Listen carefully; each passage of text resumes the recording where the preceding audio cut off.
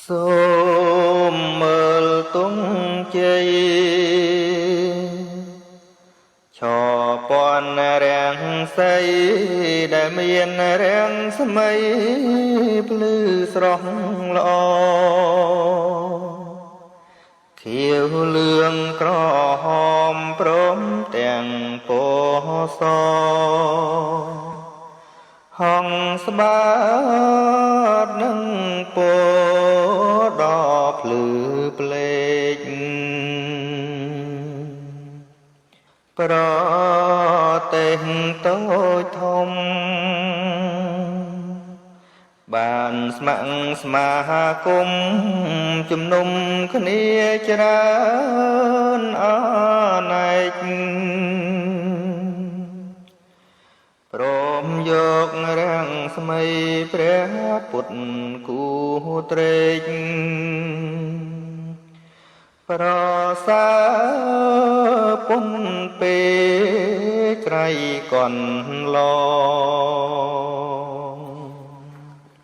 ធ្វើជាសញ្ញាទង់ជ័យសាសនានៃព្រះសម្ពុទ្ធធំចំបងចូលយើងរាល់គ្នាយកចិត្តចាំចងនឹកដល់ព្រះអង្គជាអម្ចាស់ទោះជាតិផ្សេងគ្នាក៏ត្រូវដឹងថាសត្វសឹងតែជាពុទ្ធសាសន៍ត្រូវមានសាមគ្គីទាំងក្មេងទាំងចាស់ប្រឹងប្រែងឲ្យណាស់គ្រប់គ្នាសូមសាសនាពុទ្ធកុំថ្កើងខ្ពស់ផុតរុងរឿងវិសុទ្ធថ្លៃថ្លា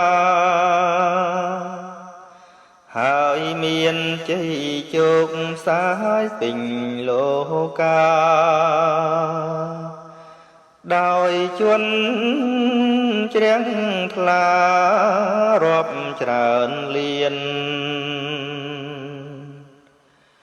មានចិត្តស្នេហាគោរពបូជាចំពោះព្រះធម៌ដ៏កល្យានទាំងមនុស្សទេវតាស្នេហាគ្រប់ប្រាណ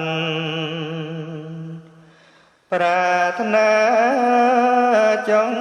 បានសេចក្តីសុខយើងខែមរៈជាតិនាំគ្នាក្មៃគ្មៀតកាន់ធัวនឹងបានផុតទុក្ខរួមសាមគ្គីពីនេះទៅមុខទៅនឹងបានសុខសេមសានត្រានព្រមព្រៀងប្រព្រឹត្តតាមធម៌សុចរិតឆ្ពោះទៅកាន់ឋាននិព្វានជាទីផុតទុក្ខបានសុខសែមសានជាតិយើងនឹងបានសោយសុខខាន